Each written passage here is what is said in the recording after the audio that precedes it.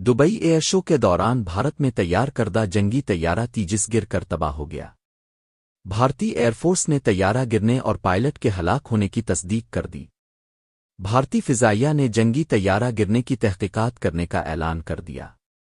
بھارتی فضائیہ کا کہنا ہے کہ آج دبئی ایئر شو میں فضائی مظاہرے کے دوران بھارتی فضائیہ کا تیجس طیارہ حادثے کا شکار ہو گیا۔ حادثے میں پائلٹ ہلاک ہو گیا۔ سماجی رابطے کی ویب سائٹ ایکس پر جاری بیان میں بھارتی فضائیہ نے کہا کہ حادثے کی وجوہات جاننے کے لیے کورٹ آف انکوائری قائم کر دی گئی ہے۔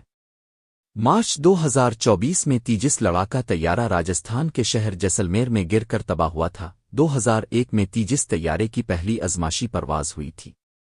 خیال رہے کہ تیجس کو ہندوستان ایروناٹکس لمیٹڈ نے تیار کیا تھا۔ بھارت میں تیار کردہ اس طیارے کی صلاحیتوں پر پہلے ہی سوالات اٹھائے جاتے رہے ہیں۔ علم میں رہے کہ تیجس کو 4.5 جنریشن کا طیارہ قرار دیا جاتا ہے، جو جنریشن کے اعتبار سے رافیل کے ہم پلہ ہے۔ تباہ ہونے والا بھارتی طیارہ تیجس 2016 سے بھارتی فضائیہ کا حصہ تھا۔